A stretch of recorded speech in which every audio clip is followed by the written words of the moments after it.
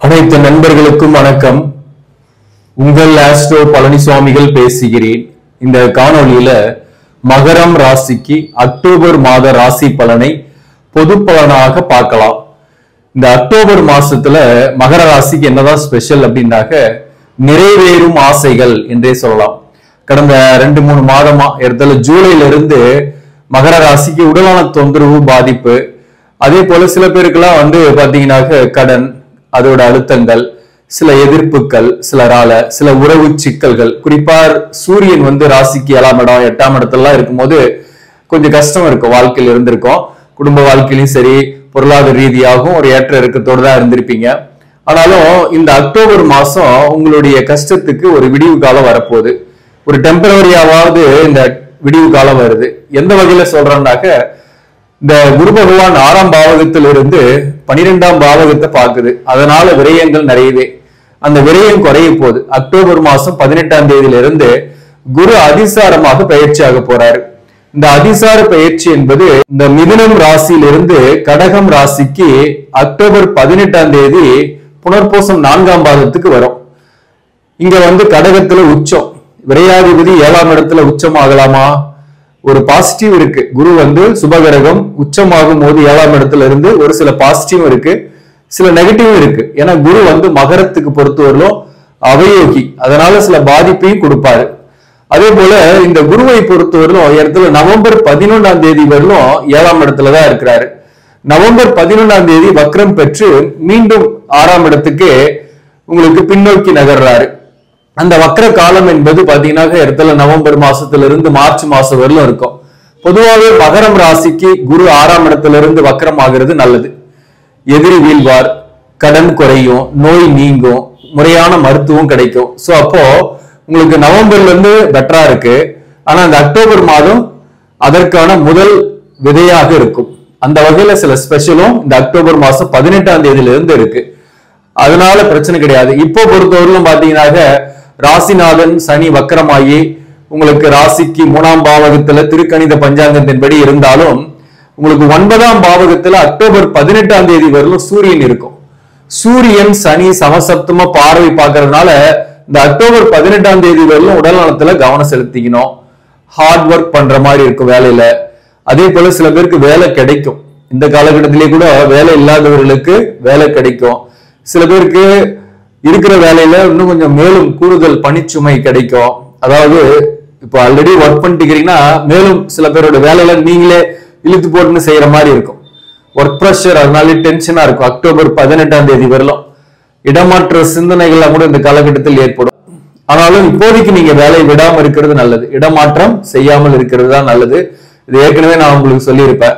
அதே போல பாத்தீங்கன்னா சூரியன் 9ல் இருக்கும்போது உங்களுக்கு பேசிக்கலாவே தந்தைக்கு உடல்நல தொந்தரவு பாதிப்பு, ஏன்னா சனியோட பார்வையில் இருக்கிறதுனால தந்தையால் பாதிப்பு அல்லது தந்தைக்கே பாதிப்பு, இப்படி ஏதாவது ஒரு சில சிக்கல்கள் வரும்.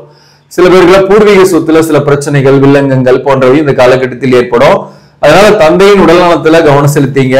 அதாவது செவ்வாயை பொறுத்தவரையிலும் ராசிக்கு 10ஆம் பாவகத்துல புதனோடு சேர்ந்து இருக்கும் மாதம் ஃபுல்லாவே. 10ல செவ்வாய் இருக்கிறது திக் பலம். அந்த வகையில வேலை எல்லாம் கூட கிடைக்கும். ஆனா ஒர்க் ப்ரெஷர் இருக்கும். ஹார்ட் ஒர்க் பண்ற அளவுக்கு உங்களுக்கு மதிப்பு மரியாதையும் இருக்கும். புதன் 10ல இருக்கிறதுனால வேலையில ஒரு நிபுணத்துவ யோகம்னு சொல்லுவாங்க. எந்த ஒரு வேலைக்கு போனாலும் நீங்க அதுல பேர் வாங்கிருவீங்க. உங்க பேர் ஈஸியா ஸ்ப்ரெட் ஆயிடும், நல்லா வேலை பார்க்கறாரு அப்படின்ட்டு. ஆனா அதே ஈக்குவலா எதிரிகளும் உங்களுடைய பேரை கெடுக்கிறதுக்கு முயற்சி பண்ணுவாங்க வேலை பார்க்கக்கூடிய இடத்துல. அதனால வேலையை பத்தி பெருமைகளை நீங்க யாருகிட்டயுமே சொல்லாதீங்க. நான் இந்த மாதிரி சாதிச்சுட்டேன், இதை செஞ்சிருக்கிறேன், இதனால இவ்வளவு பணம் வரும், இப்படின்ற விஷயங்கள்லாம் உங்க சக பணியாளர்கிட்ட சொல்லாம இருந்தீங்கன்னாவே உங்களுக்கு பெட்டர். அதே போல பாத்தீங்கன்னாக்க இந்த காலகட்டத்துல சுக்கிரன் 8ஆம் பாவகத்துல இருந்து 2ஆம் பாவகத்தை பார்க்குது. கேதுவும் சுக்கிரனும் சேர்ந்து 8ஆம் இடத்துலயும், ராகு 2ஆம் இடத்துலயும் இருக்கும். சோ இந்த காலகட்டத்தை பொறுத்தவரையிலும் சுக்கிரனோட பார்வையில 2ஆம் பாவகம் இருக்கிறதுனால பெரிய அளவுக்கு உங்களுடைய வார்த்தைகளை மிஸ் அண்டர்ஸ்டாண்ட் பண்ணிக்க மாட்டாங்க. ஏதோ ஒரு வகையில நட்பு, காதல் போன்றவை கூட சில பேருக்குலாம் ஏற்படும் மாதத்தோட பிற்பகுதியில குரு 7ஆம் இடத்துக்கு வந்த பின்னாடி. அதே போல வாழ்க்கை துணிவராலையோ அல்லது எதிர்ப்பாளினர் உறவாளியோ உங்களுக்கு செலவுகளும் விரயங்களும் ஆகக்கூடிய காலகட்டம். அதுதான் குரு அதிசாரமா வர்றதுல இருக்கக்கூடிய நெகட்டிவ். பாசிட்டிவ் அப்படின்னாக்க இந்த குரு 7ஆம் இடத்துல வர்றதுனால இந்த ஐப்பசி மாதம் கல்யாணம் ஆகாதவர்களுக்கு கல்யாணத்துக்காக வரன் பாக்குறீங்கன்னா அந்த வரன் அமையக்கூடிய வாய்ப்புகள் உண்டு. சில பேருக்கு திருமணமே கூட ஆயிடும். அதே போல மறுமணத்திற்காக வரன் பாக்குறீங்கன்னா மறுமணம் ஆகும். புதிய கூட்டாளி கிடைப்பாங்க. அந்த கூட்டாளிகளால உங்களுக்கு கொஞ்சம் பண விரயங்களும் ஆகும். கொஞ்சம் கவனமாவும் இருக்கணும். மேலும் இந்த காலகட்டத்தை பொறுத்தவரை சுக்கிரன் பணவரவை கொடுத்தாலும் கடனையும் கொடுப்பாரு.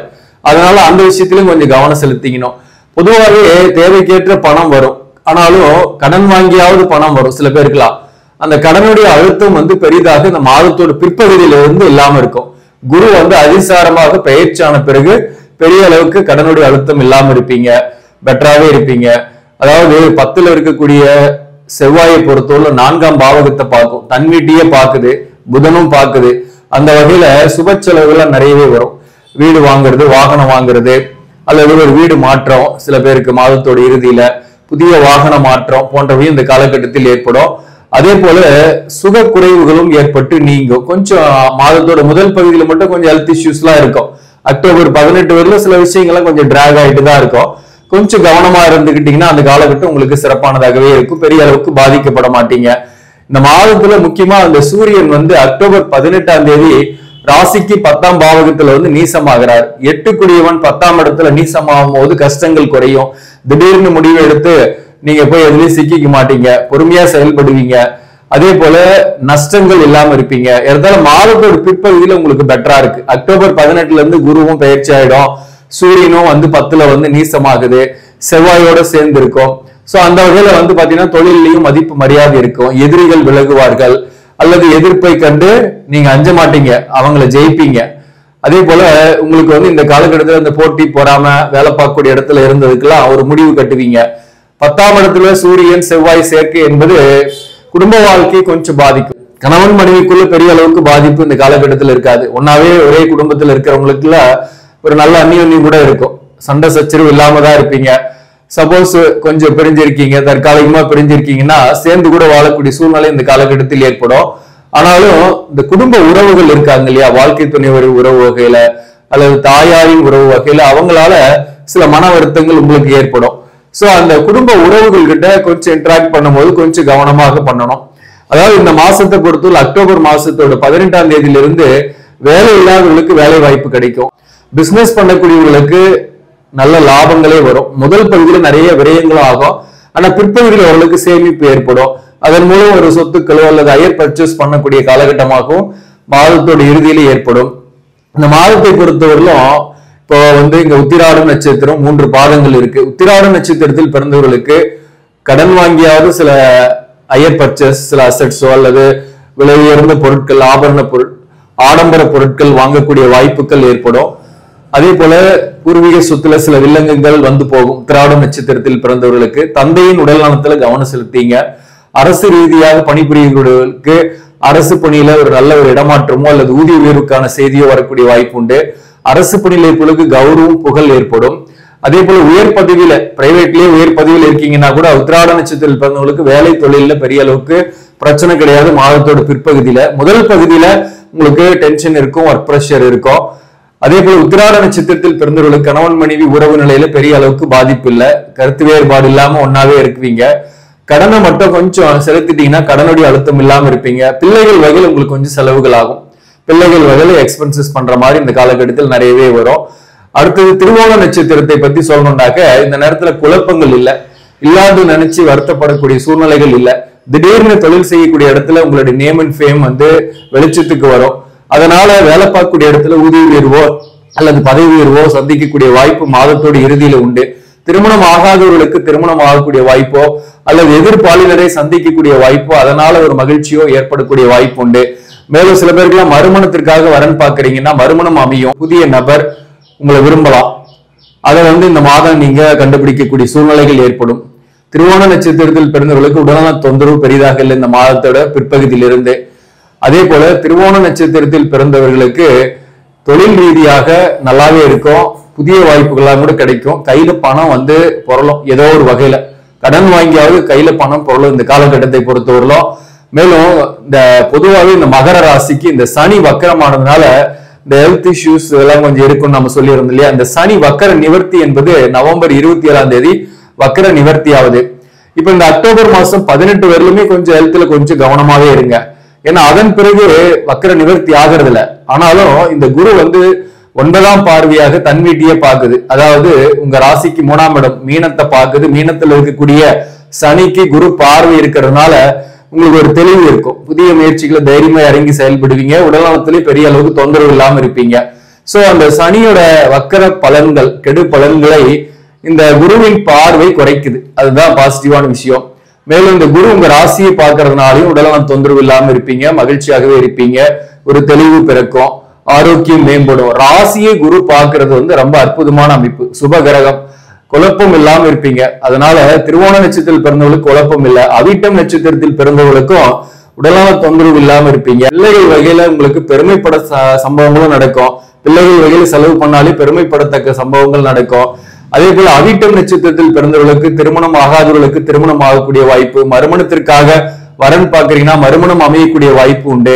இந்த நேரத்துல தற்காலிகமாக பிரிந்திருக்கீங்க கணவன் மனைவின்னா கூட ஒரே, அதாவது தற்காலிகமாக பிரிஞ்சிருக்கீங்க, சண்டை சச்சரவு இல்லை அப்படின்னாக்க சேர்ந்து வாழக்கூடிய வாய்ப்பு உண்டு.